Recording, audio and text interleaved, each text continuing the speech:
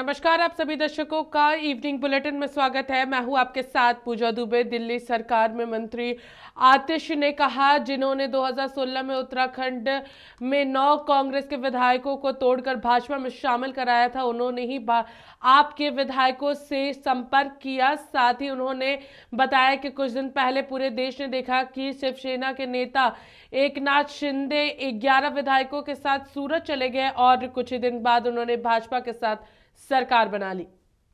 कि आखिरकार किसने आम आदमी पार्टी के विधायकों को करोड़ों रुपए के ऑफर दिए?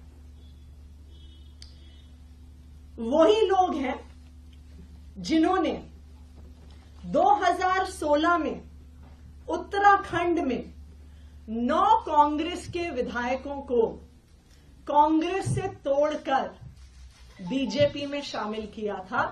जिन लोगों ने उन 9 कांग्रेस के विधायकों को तोड़ा था, उन्होंने ही आम आदमी पार्टी के विधायकों को संपर्क किया। गोवा 2019 जुलाई, जब 14 एमएलए कांग्रेस पार्टी के 17 उनके टोटल विधायक जीत के आए थे, उनके 14 एमएलए कांग्रेस छोड़ के भारतीय जनता पार्टी में चले गए। जो लोग उन 17 कांग्रेस के विधायकों के पास गए थे, वही लोग आम आदमी पार्टी के विधायकों के पास आए। कर्नाटका 2019, मई 2018 में कांग्रेस और जेडीएस की सरकार बनी। एचडी कुमारस्वामी मुख्यमंत्री बने। जुलाई 2019 में कांग्रेस और जेडीएस के 17 विधायक टूटकर भारतीय जनता पार्टी में चले गए। जो लोग उन 17 कांग्रेस और जेडीएस के विधायकों को पैसा ऑफर करने आए थे, धमकियां देने आए थे, वही आम आदमी पार्टी के विधायकों के पास आए। मध्य प्रदेश 2020, कमलनाथ मुख्यमंत्री थे, कांग्रेस की सरकार थी। 22 कांग्रेस के विधायक कांग्रेस छोड़कर, टूटकर भारतीय जनता पार्टी में शामिल हो गए। तो जो उन कांग्रेस के 22 विधायकों को खरीदने आए थे, उनको तोड़ने आए थे, वही आम आदमी पार्टी के विधायकों के पास आए। और लेटेस्ट, जो अभी कुछ ही दिन पहले पूरे देश ने देखा, महाराष्ट्र में नवंबर 2019 में उद्धव ठाकरे महाराष्ट्र के मुख्यमंत्री बने। लेकिन 21 जून 2022 को शिवसेना के नेता एकनाथ शिंदे 11 विधायकों के साथ बंबई से सूरत चले गए और शिवसेना छोड़कर भारतीय जनता पार्टी के साथ मिलकर उन्होंने सरकार बना ली। तो जो लोग एकनाथ शिंदे के साथ साथ 11 विधायकों को तोड़ने आए थे, वही लोग आम आदमी पार्टी के विधायकों को तोड़ने आए।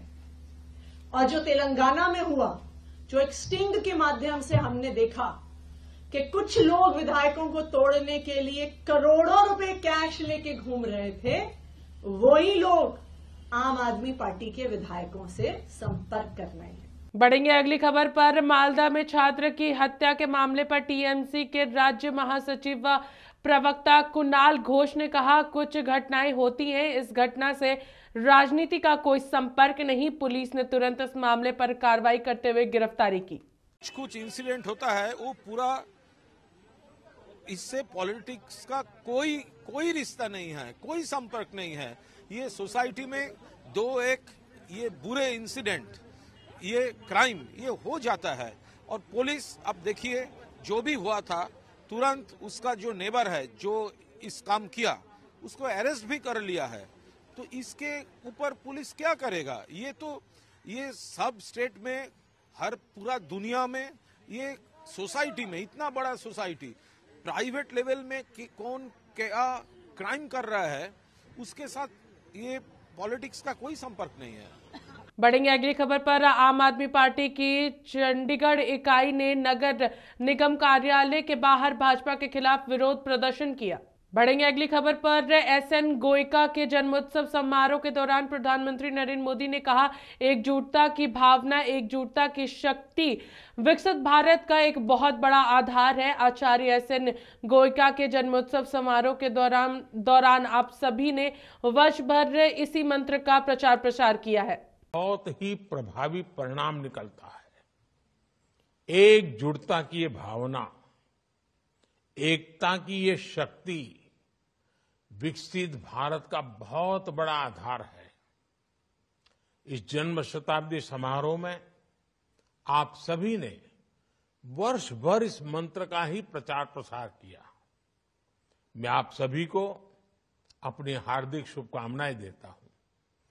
साथियों, आचार्य एसएन गोयका जी से मेरा परिचय बहुत पुराना था। यूएन में वर्ल्ड रिलीजन कॉन्फ्रेंस में मेरी उनसे पहली मुलाकात हुई थी। उसके बाद कई बार गुजरात में भी मेरी उनसे मुलाकात होती रही थी। ये मेरा सौभाग्य है कि मुझे उनके अंतिम दर्शन करने का अवसर भी मिला था।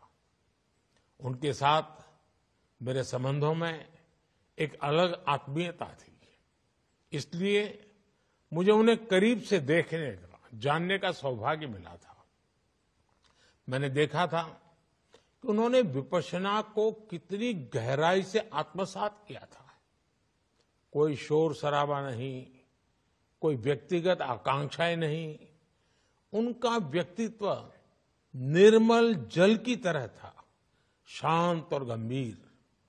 एक मूक सेवक की तरह वो जहां भी जाते सात्विक वातावरण का संचार करते थे। वन लाइफ वन मिशन के परफेक्ट उदाहरण के रूप में उनका। बात करेंगे दिल्ली की नए स्कूल भवनों की आधारशिला रखने पर। दिल्ली के मुख्यमंत्री अरविंद केजरीवाल ने कहा, वे हमें कहते हैं कि भाजपा में शामिल हो जाओ, आपको छोड़ देंगे। मैंने कहा, मैं भाजपा में शामिल नहीं होऊंगा, मैंने कुछ गलत नहीं किया है। होता उसके साथ भगवान होता है। ये जो मर्जी षड्यंत्र कर ले हमारे खिलाफ, कुछ नहीं होने वाला। और मैं भी डटा हुआ हूं इनके खिलाफ, मैं भी नहीं झुकने वाला। ये कहते हैं बीजेपी में आ जाओ, हम छोड़ देंगे। मैंने कहा बिल्कुल नहीं आऊंगा बीजेपी में, कतई नहीं आऊंगा बीजेपी में। क्यों आ जाए बीजेपी में? नहीं आते बीजेपी में। बीजेपी में चले जाओ तो सारे खून माफ, सब। हमने कौन सा गलत काम किया? स्कूल ही तो बनवा रहे हैं, अस्पताल ही तो बनवा रहे हैं, सड़कें ही तो बनवा रहे हैं, पानी का ही तो इंतजाम कर रहे हैं, सीवर ही तो ठीक करा रहे हैं। कौन सा गलत काम किया? बढ़ेंगे अगली खबर पर। भाजपा के राष्ट्रीय अध्यक्ष जेपी नड्डा ने श्री ब्रजेश्वरी माता मंदिर में पूजा अर्चना की। बात करेंगे उत्तर प्रदेश के बजट सत्र की। उत्तर प्रदेश में बजट सत्र शुरू हो गया है। इस बजट सत्र के दौरान 5 फरवरी को उत्तर प्रदेश का बजट पेश किया जाएगा। इस बजट को उत्तर प्रदेश के वित्त मंत्री सुदेश खन्ना पेश करेंगे। साथ ही उत्तर प्रदेश का बजट पेश करने से पहले राष्ट्रीय लोकदल के सचिव अनूप मिश्रा ने अपना बयान जारी किया है। अनूप मिश्रा ने कहा है कि इस बार ग्रामीण क्षेत्र का बजट अलग पेश किया जाएगा, जिससे वहां का विकास संभव होगा, क्योंकि जब तक ग्रामीण क्षेत्र का विकास नहीं होगा तब तक देश में बजट पेश करने का कोई फायदा नहीं। उत्तर प्रदेश की सरकार बजट लाने जा रही है। गरीब ग्रामीण की मांग है कि ग्रामीण क्षेत्र का बजट अलग किया जाए। We can not pamper affluence and vanish poverty at a same time. हमें यह समझना पड़ेगा कि जब तक ग्रामीण क्षेत्र का विकास नहीं होगा, गरीबी खत्म नहीं होगी। 5 किलो राशन खाली दे देने मात्र से आपकी जिम्मेदारी पूरी नहीं हो जाती है। ग्रामीण क्षेत्रों के लिए एक विशेष बजट की व्यवस्था करके ही सरकार देश को आगे ले जा सकती है। ग्रामीण भारत में जीवित भारत बस रहा है। हमको समझना पड़ेगा निरंतर एमएसपी की मांग क्यों हम करते हैं, एमएसपी बढ़ाने की मांग क्यों करते हैं, क्योंकि हमारी चाहत है कि कहीं ना कहीं जब ग्रामीण भारत का विकास होगा तभी देश का असली विकास हो सकता है, क्योंकि देश का 80% हिस्सा ग्रामीण क्षेत्रों से आता है। भाजपा की अन्य सरकारों में 400 रुपए का गन्ना किसान को रेट मिल रहा है, पर उत्तर प्रदेश के अंदर 360 रुपए का रेट मिल रहा है। बजट के अंदर आप सिर्फ कॉर्पोरेट घराने के लिए व्यवस्था कर दें और देश के किसानों की अनदेखी कर दें, इससे काम नहीं चलेगा।